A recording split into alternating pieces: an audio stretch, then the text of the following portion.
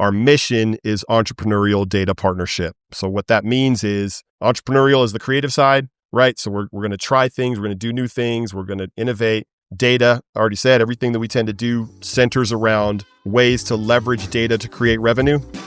We work with city regional magazines. We work with business journals. We work with trades, niche B2B. We work with daily newspapers, and we do different products for each. This is Small Press, Big Ideas, a podcast about the business of local news in the United States. I'm your host, Paul Gewertz. Small Press, Big Ideas is about the opportunities and challenges that local news publishers are facing for their businesses. I'll sit down and talk with journalists, entrepreneurs, nonprofit leaders, and more in the local news industry to find out what's working, what isn't, and how the local news ecosystem can innovate and flourish in the 21st century. Okay, today on the podcast is my friend, Johnny Levy, CEO of DataJoe, and he's been a previous guest on the podcast. If you kind of want to hear his origin story, go back. I'll link to whatever. I don't remember what episode number it was, but I'll link to that in the show notes. So go back and listen to that. But Johnny, good to see you, man. Always good. We've already been talking for 15 minutes before we started doing this, so good to see you. That's how we do it. Good to be with you, Paul. Yeah, man. Okay, cool. So got you on the podcast today.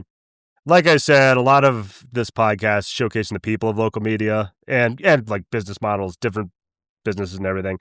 But I realized that the last time we talked, I did maybe like 2 or 3 minutes about DataJoe and then moved on to hear more about your story. But even like, as I alluded to, we were talking before this, I think the first thing I said when we hopped on the call is, what exactly does DataJoe do? Can you refresh me on that? So yeah. Help refresh the audience on it too, man. Can you talk a little bit about DataJoe in more depth than we did last time? Yeah, it's a good story. It's a good story too. I mean, that's a good lead into the kind of the.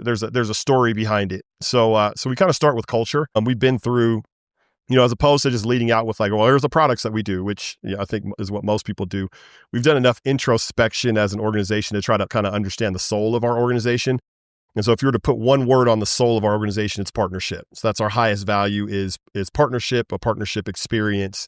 And that works not just in terms of like how we treat clients, but it's like, well, how we treat our team and, everybody that's affiliated with it. Like partnership is kind of the guiding star, or the North Star of the organization. And then you bring it down into our core principles. We've got 4 core principles that we try to stay consistent to, which again, are we being successful as a business or not?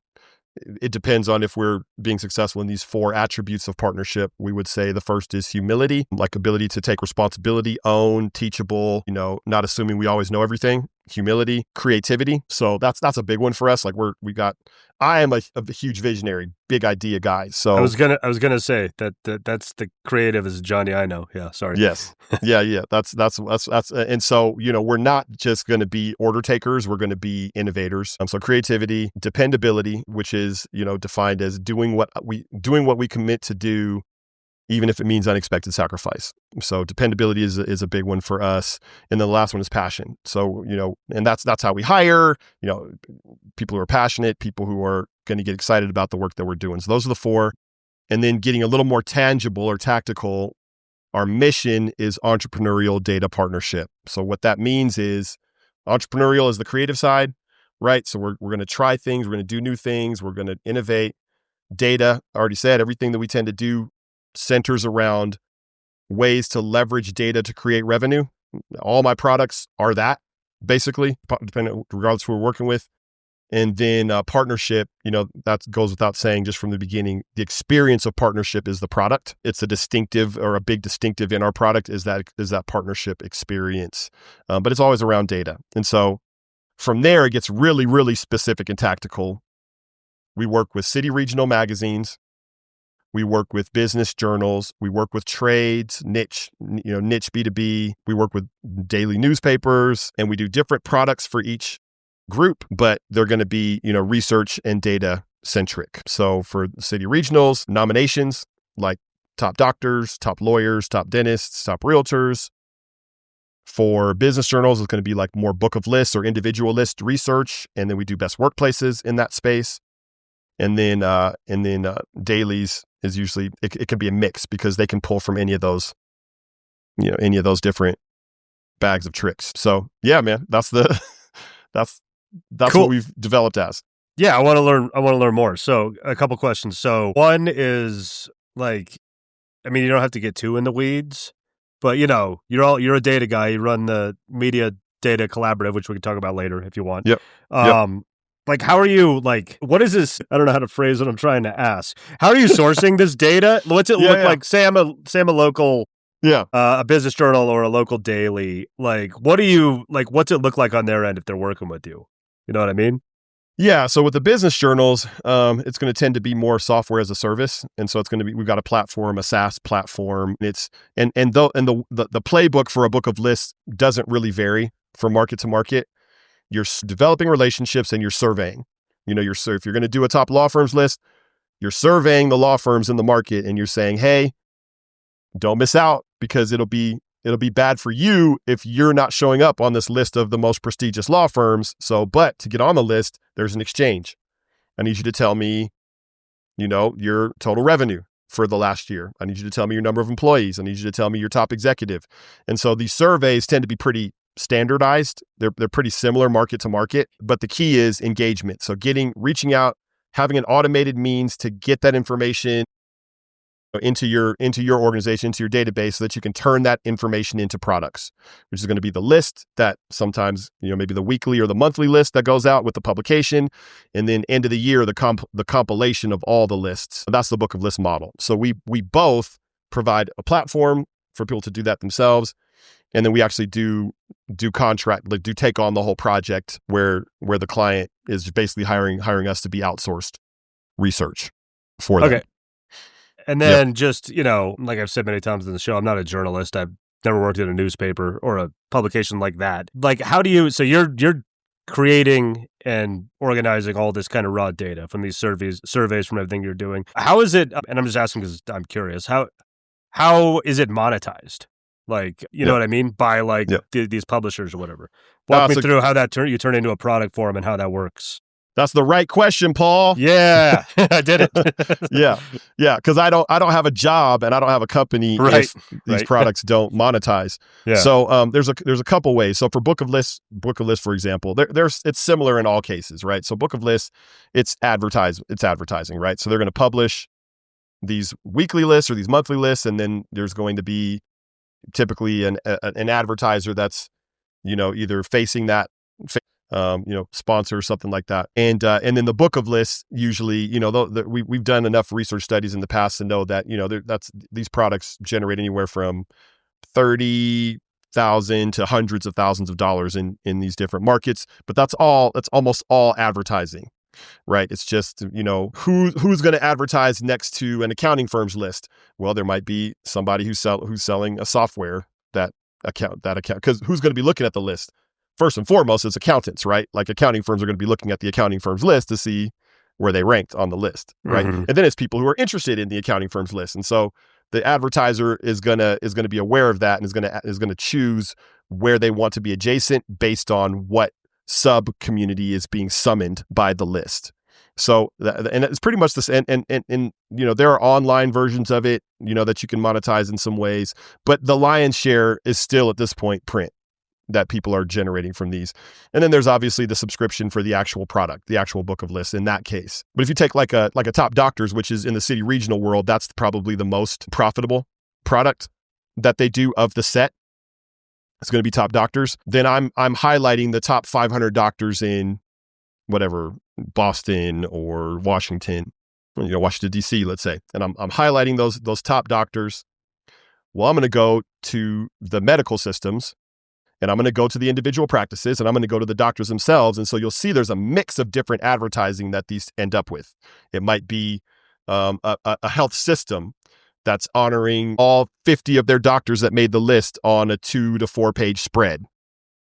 It might be an individual, pediatric practice that's honoring the doctor that they got, or it might be the doctor themselves buying a profile. And so so that's one way. And then there's obviously the digital opportunities, or however you package it, because at this point people are packaging digital in with the print in order to make sure they're giving the most possible value. But that's how it's monetized. And then Plaques. Plaques is another part. Plaques and products like mugs and things like that, like those kinds of things that celebrate the win. No matter what, if it's award based, then plaques and celebratory products are a big part of how you cause this thing to get profitable and grow year over year. Yeah, it's a great thing if I'm a chiropractor to have a nice looking best of chiropractor up behind me on my Zoom call. Really, Yeah. I can see. It's funny when you first said that. I'm like, what is? I got to ask him what plaques is. I was thinking like PLAX. I'm like, is that some industry term? I don't know. I'm like, oh no, literally plaques. Okay, I was overthinking it. Yeah. How old is DataJoe, the company? Gosh, man, we're getting over 20 years old. So I mean, I've been at the company almost 20 years at this point.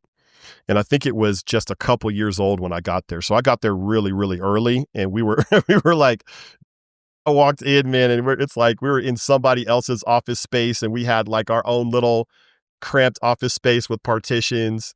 And I was like, man, what am I even signing up for over here? They hired me as the trainer when I first came on. I was because we had this beautiful software system that people were using for book of list research, but the problem was the complexity, and so a lot of times these clients were adopting it, but they were getting confused about how to use it. They weren't really then able to leverage it for as much time savings, and then that would cause terminations. And so I got hired to create, because I'm a teacher. I actually have a teaching background, bro. I think I remember that from a while back. Yeah. And so they brought me in for my teaching expertise to create basically the whole guidebook for the system, but then to train people. And so they would actually send me out to different cities to train people. In fact, I bet you there's a handful of your listeners that are like, yeah, I remember when Johnny came out. Probably. Took him to lunch. We took him to lunch, and I got to hang out with the team and teach them how to use this old school platform. And so then they hired me for that. I got that all in order, but then that kind of equipped me. The side effect of that was I knew how the system worked, so I could sell it. So that was kind of how my evolution within the company happened. Was I got into sales after that. Yeah, and kind of the reason I asked, just like the age of it and everything, 20 years old is that's ancient for like a SaaS, a B2B SaaS platform. How's it changed over the years, just like in terms of data collection? Like you said, you do all these surveys and everything. Was it like pounding the phones 20 years ago to get like all these people? And how are you doing that today? And just like, how's the overall organization changed with the crazy technological shifts that have happened over the last 20 years? We live in a world where it's like change or die, basically. And so we've actually had to completely reinvent ourselves multiple times over the years. I mean, at first when I came on with the company, all we had was this one product, the SaaS product, which was, you pay us a monthly fee to use this system to survey, collect information, and then the system automatically generates PDFs for print and automatically generates an online storefront so you can sell the data online. Like that was it. That was all we had. But that's that wasn't a huge pond. I mean, there was only so many players in that space that were producing a book of lists. And so we had to start thinking outside of that. And probably our first biggest shift was into the city regional magazine space, because they also had data needs, I found out, but they're very different, right? A book of lists is very different from like a nomination-based top doctors, where doctors are nominating each other. And it's just different. And so I remember D Magazine, man. I got in touch with D Magazine is probably one of the best the shining example of how to monetize nominations. And so I got in touch with somebody over there, and she was very business minded, but she oversaw the research. And she says, and so I showed her our system. We had built like a little bit of a nomination plugin into our system that kind of worked. And this lady was like, hey, there's nothing out there, and I need something to help me do all these campaigns. And she was like, I think I want to work with you. And I was like, I don't know if I don't want to mess it up. Like, I was really resistant, bro. Like, she was having to chase me down because I was really resistant. And I was like, I just don't know if it's going to work, and I just don't see it. And it's very different than our core. And she just kept on it like a pit bull, man. She just got my arm, which is not how sales is supposed to work. But I never said I was a great sales. I've never been an aggressive salesman. And finally I was like, fine, let's do it. And so we did it. And it really, even just the level that we had developed significantly changed her workload. It changed her life. It worked, right? And so that showed me there's something here. But the thing was, most of those city regional magazines did not have a dedicated person like DMAG had. Like Dallas could afford that. Mm-hmm. Most of them didn't have a dedicated researcher. So we're coming from the business journal world in which every publication has a researcher, because every publication has to have a book of lists and you have to have a researcher to have the book of lists. Right. We enter into this other world where hardly anybody has a dedicated researcher and they're sourcing their lists from all these different vendors. And so as I started to try to sell in that group, they were like, no, we don't want a platform. Don't give me something I've got to manage. I don't have a person. I don't have personnel to manage it. Right. They're like, give me a product though, and you've got my attention. Sell me a list. And so that we had to evolve to become a research firm instead of a SaaS firm. And literally, I exist today only because of that pivot. Like that pivot had to happen. That's a crazy story, man. That's good stuff. Wild. I mean, data, bro, is so exciting, right? I would have glazed over about a year ago, but I've been hanging around you too much since then. And you're totally right. I know, dude. I might be off the mark here, but so you serve city regionals, local dailies, business journals, a lot of, I guess you could call them legacy players, Yep. which are still robust, great businesses. Do you ever think about like the rise of like new media with like these new entrants, leaner startup, maybe newsletter forward publications, which, you think like hyperlocal news or whatever a lot, but there's other like business focused ones and stuff also.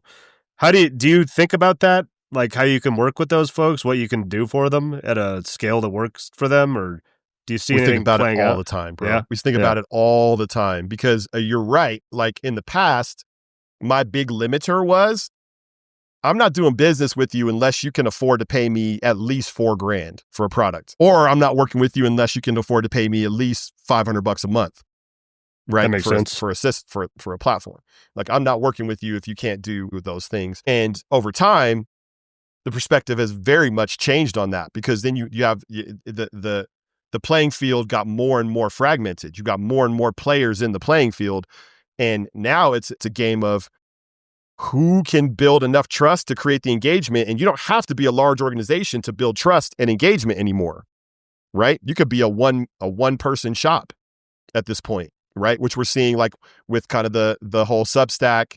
I mean, certainly with podcast world, but then also like the Substack universe where, some of these people have left, jobs at large media organizations and then taken their own voice with them to start a Substack that they subsist off of now. Some people are on Beehive, doing the newsletter phenomenon thing with the Substack, Beehive, etc. And so, yes, we think about it all the time. And I think this is going to sound a little convoluted, but one of the greatest quotes I ever heard was from a former publisher, a very renowned publisher named Ray Paprocki. So shout out to Ray. Very wise, had a full career. He's retired from active publishing. But I asked him, I said, just private, a conversation I had with him. I said, man, does the aging out of your demographic keep you up at night? Like print, you're a print magazine. Does it keep you up at night like that, you're going to become irrelevant? And he said, Johnny, it doesn't, because my job is to give gifts to the people. He said, that's how I see my job, is to give this gift to the people. If the people don't want the gift in the format that I'm giving it to them, then I have to figure out how to give the gift in a format that they do want, right? So he's like, I don't see myself as a print organization.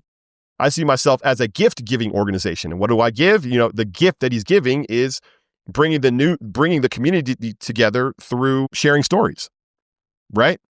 So I don't see myself as a list creation company for news organizations of X size. Right. I see myself as giving the gift that I ultimately give is innovation and revenue, right? I give a great partnership experience. I use what I know. I'm constantly learning. My company just learns, and then we apply to new things. And so, case in point, we're launching an AI study basically, where we go into a market and we survey players, businesses in the market about how they're using AI, and then we'll use that study to both give insight about that particular business community's interrelationship with AI. That's a great study, right? Great to know. What do people in my community, Colorado Springs, think about AI? How are they using it? How advanced are we? Are we afraid of it? Are we excited about it? How are we using it? How integrated is it in our businesses? What are the specific ways we're using it? What are the specific departments where we're using it? Yes, man, we need to know that. But then also that awards element is like, now who are the top AI implementers in this market, right? And so we get to elevate, and then that has its own revenue model. Whenever you do an award, it has its own tried and true proven revenue model around it that works. So what new products can I create that allows us to put the whole pony show around it, right? Because that show already works. It's just finding the new iterations. So in other words, we are actively trying out new ideas all the time with clients we wouldn't normally have worked with, doing pilot programs, things like that. We just did one with editor and publisher for best media workplaces. Just trying stuff, dude. That's kind of where we're at. Dude, give me some more of those. Can you talk about any experiments, pilots, or anything? I want to hear about them. Bro, you're so nice to me. Yes, absolutely. Yeah. So let's see. So I'd say in the city regional space, this is to give you one example. There's there's 4 products that are pretty normally done. There's top doctors, top lawyers, top dentists, top realtors. Then you got best of also. We don't do best of. There's some great people out there doing best of. So there's like Second Street that does best of. There's another company called Scene Think, which I've got a great relationship with. They do best of. So we don't really mess with those. But we mess with typically professional awards, which run differently. Those just work. And most city regionals do those 4. And if they're not doing those 4, then they need to be doing those 4, because those 4 are going to account for most of the revenue that they can be making, those 4 professions. But we launched many years ago, senior care, senior living, senior care providers section. And it just works. It's grown year over, it just grows, more people do it, and it just works. And that's basically us using public data. So it's not even a nomination. We use public data from federal and state sources and then leverage this all together into an algorithm. And then we identify the top performing senior care. And that'll be like assisted living, adult active, independent, 55 plus. That'll be your nursing facilities. That'll be your home health. That'll be your hospice. And so we identify those and we create these lists. And then guess what? They just get to whip up the same machine around that list. Exact same machine that they already know how to do with doctors and lawyers around this new list category. So that's one of them that is I'm going to continue to push, because once you've got your 4th, you got your 4 established, then you need your 5th. Why? Because it's a lead list, bro. I mean, you want to get your sales team focused, man. Yeah. Get them a lead list of people that they get to go to those people on that list and give them good news. Hey, you're on the list. No, you don't have to pay to be on the list, but we can help you promote the win so that more people in the community know that you won this award. So that's one of the new one. It's not new, but it's newer, and it's starting to. I believe it's going to gain more traction as kind of their fifth option, and then hotels.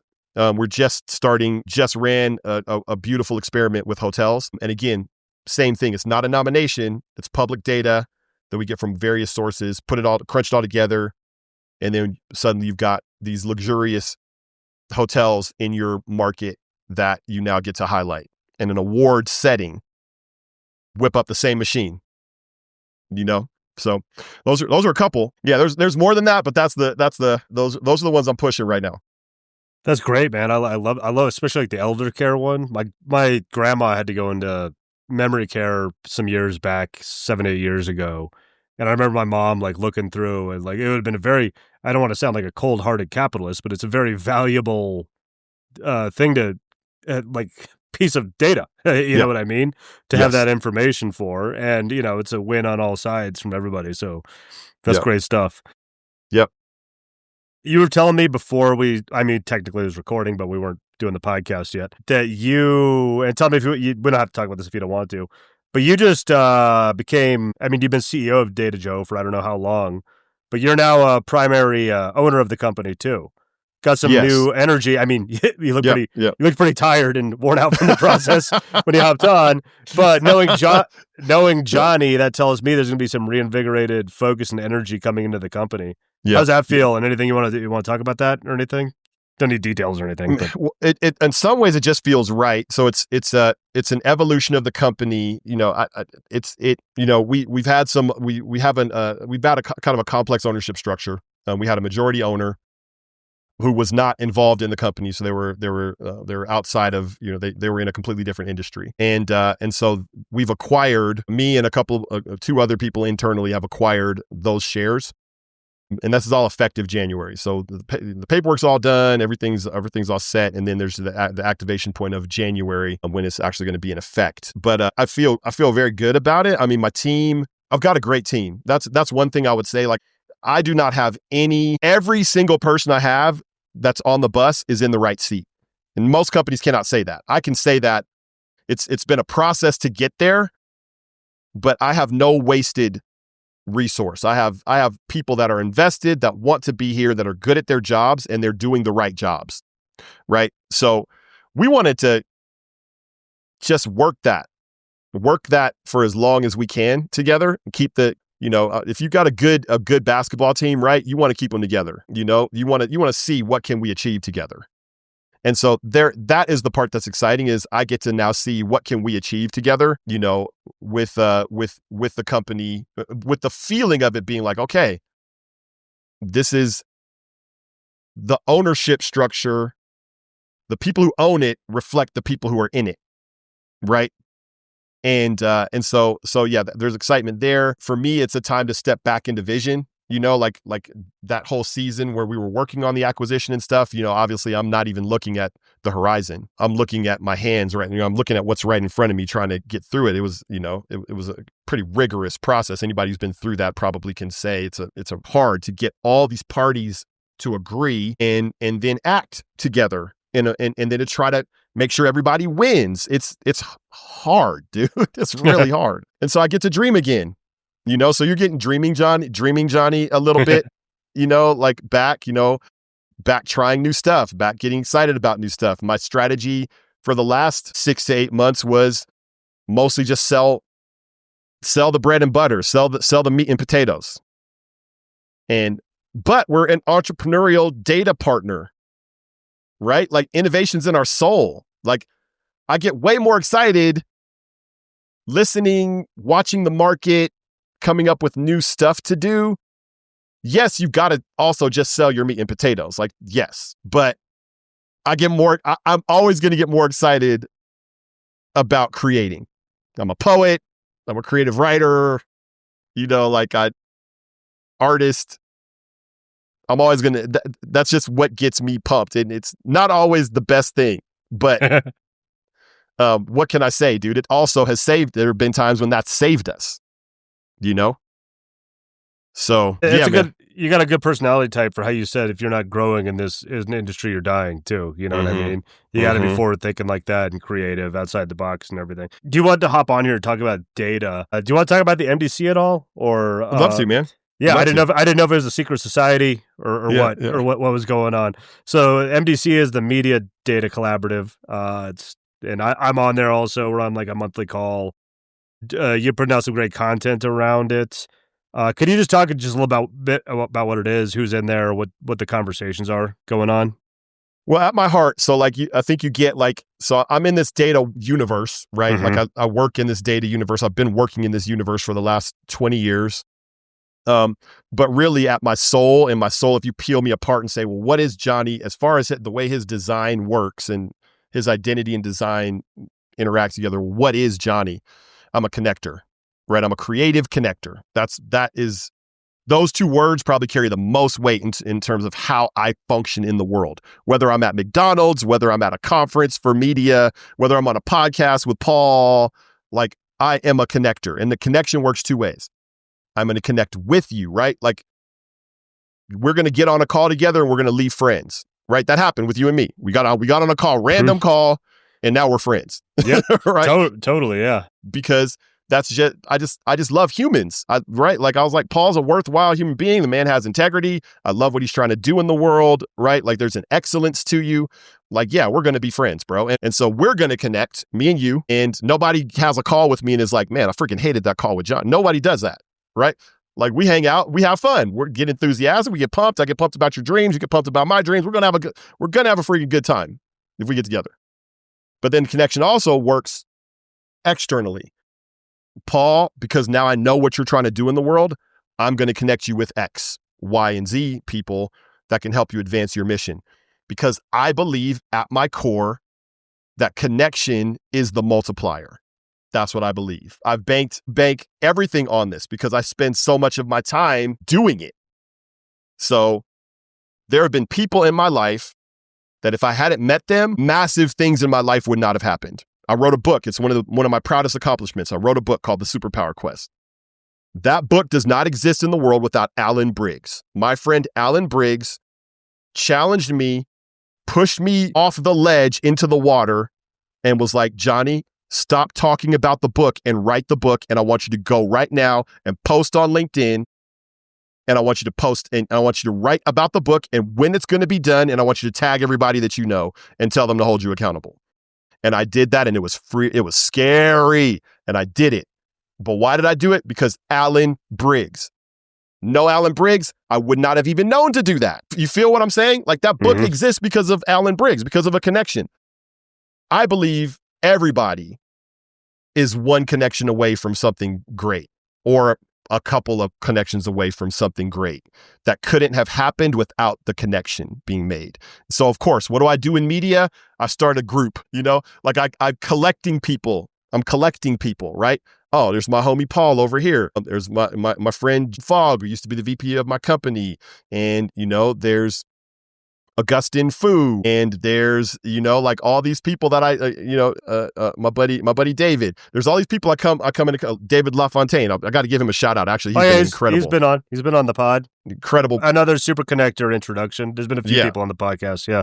Incredible brother, man. And so I just start to bring, because again, 20 years in the industry, and I've got a pretty good sense for who's out there really doing something and who has the utmost integrity, right? To where like we're a fit together. And so I was like, I'm just going to put those people together and see what happens. And so I created the Media Data Collaborative. And so it's people that basically have expertise, experience. First of all, it's people with a growth mindset, right? Like there's a certain spirit of generosity and excellence. That's the base level thing that needs to be happening, right? And then it's like, okay, it's this level of experience in the world of media. And this level of experience in an understanding around data and revenue, right? Which is also nice to have. And then people kind of can come in and out, Nobody comes in and regrets that they came in, because you're going to meet somebody there and you're going to co-refer with each other. You're going to maybe people collaborate, right? We've got Jake and Dave who have collaborated, David LaFontaine and Jacob Fogg, who have collaborated, and they joined forces to create a new product in the SEO, GEO world. And that's birthed. I can't take credit for it, but I can say that I created the environment in which these things started to arise. So yeah, that's what that. And then we talk about data and technology and what's going on in media. And we ask deep existential questions about media because it's a think tank in order to move the industry forward. And this particular lane, which is data, revenue, technology, innovation, all those things. Yeah, it's good stuff. It's a great group. If anybody wants to check it out, like I was like, do I belong here? Like I don't know much about data, and I always take something away from every call. I don't know how many podcast guests have been on. Yep. I may or may not be working with Jake on something also, Mr. Prolific developer over there. Dude, he's always collaborating, bro. There's a few people. Prolific. Got Dr. Fu on. Dave's been on. Carol Wood's coming on the show. Carol. Much, yeah. She's a monster, man. Oh, she's so good at what she knows so much, dude. She's got so much experience under her belt. It's crazy. Like she just knows what's up. And the call's tomorrow, the monthly call's tomorrow. So I'm pumped for that also. Well, what haven't I asked you, man? Do you want to get out there? Have I touched on all the points that we're trying? Or I'm open for more. I got time. Like, yeah. Yeah. No, you've been very kind. I don't think there's anything else, man. Like really the biggest thing is you've given me an opportunity to, I think, verbally process a little bit. Because every company's trying to understand, well, what's my identity? What makes me unique? And I think we know what ours is, but it really does, like, you got to double circle that innovation part. Like it's yes, we're gonna build, my COO is different from me. My COO, Caleb, is very good at creating systems and adhering to systems, right? And so all my big ideas have to get through the gauntlet of Caleb. And then Caleb takes those ideas and he'll make a system out of them that's repeatable. And so, like, I was going over this with him today in our meeting. He has taken like our top docs, we've taken our best workplaces, these are complex projects. He's taken our top lawyers and he's got them to the place where they just run. I don't have to mess with them. Nobody's asking me questions about them. You don't want me dabbling with them. I will destroy them because I'll be like, well, let's do blah, blah, blah, blah. And he's like, nope. He creates the system that works and that's repeatable. But he also, some people that are like Caleb, are scared of new ideas because they're like, oh, no.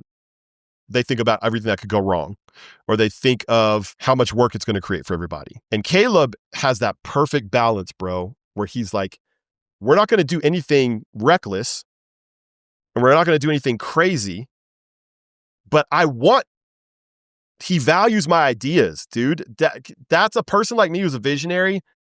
That's the best thing that you could have in an integrator.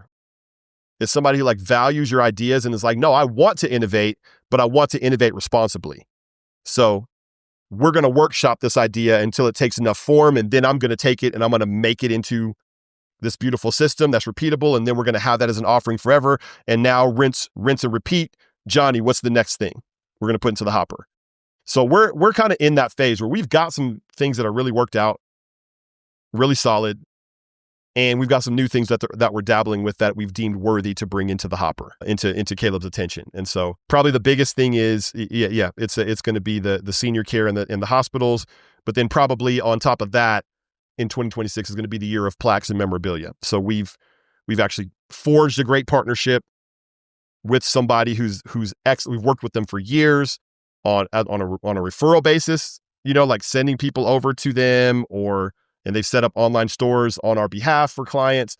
And at this point now, we've gotten deeply entrenched with them to where we have a complete plaque memorabilia program.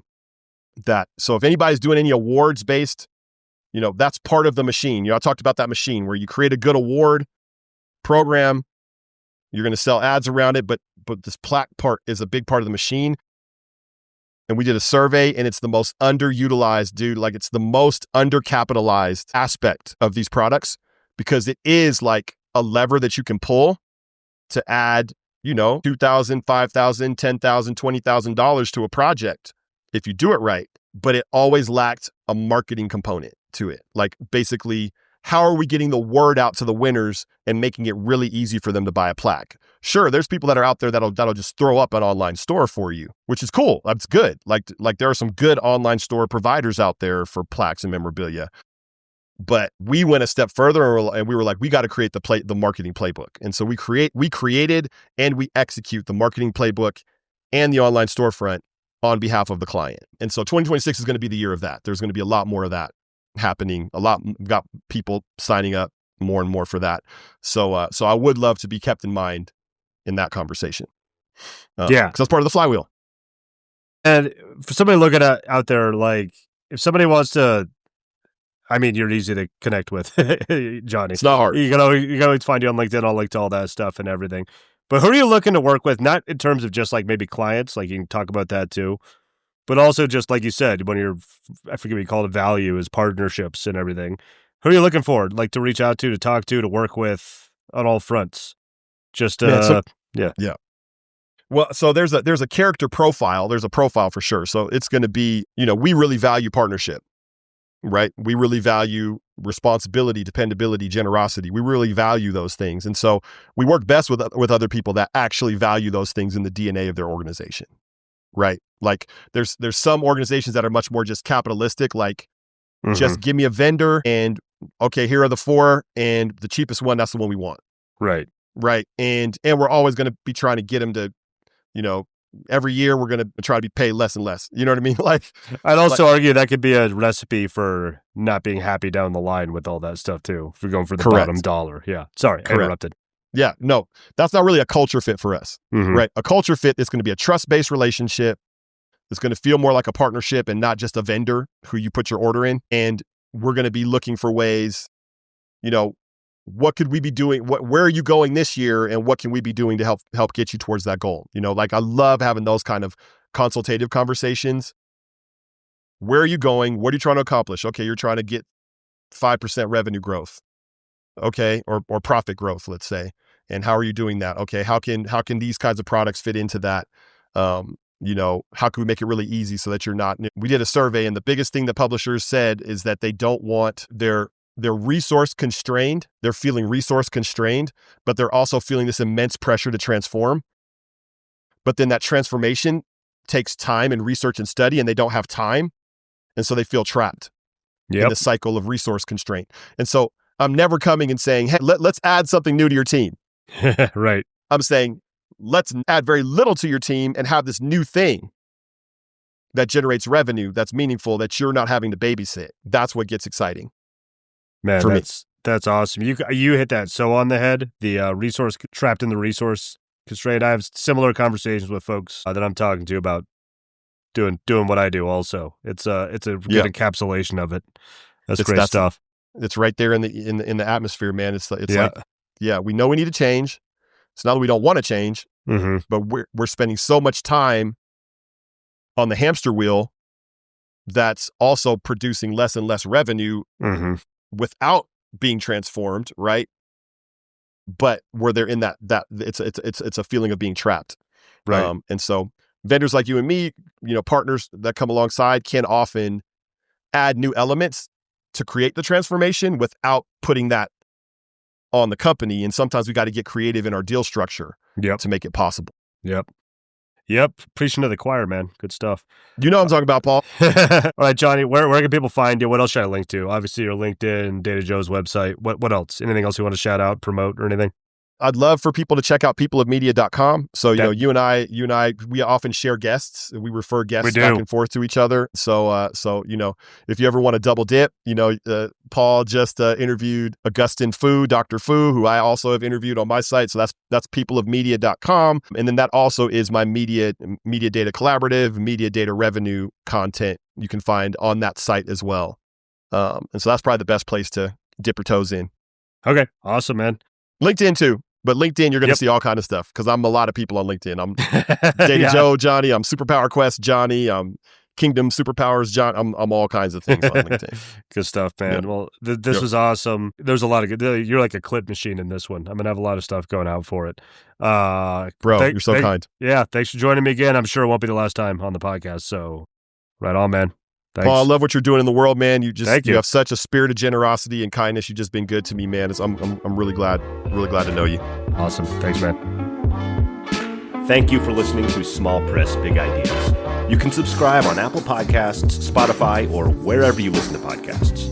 If you'd like to help the show, the best thing you can do is to tell a friend or colleague and just take a few minutes to leave a rating and a review on whatever platform you're listening to right now. It only takes a minute out of your day, but it really does help the podcast grow and reach more ears. Check back for new episodes every Monday.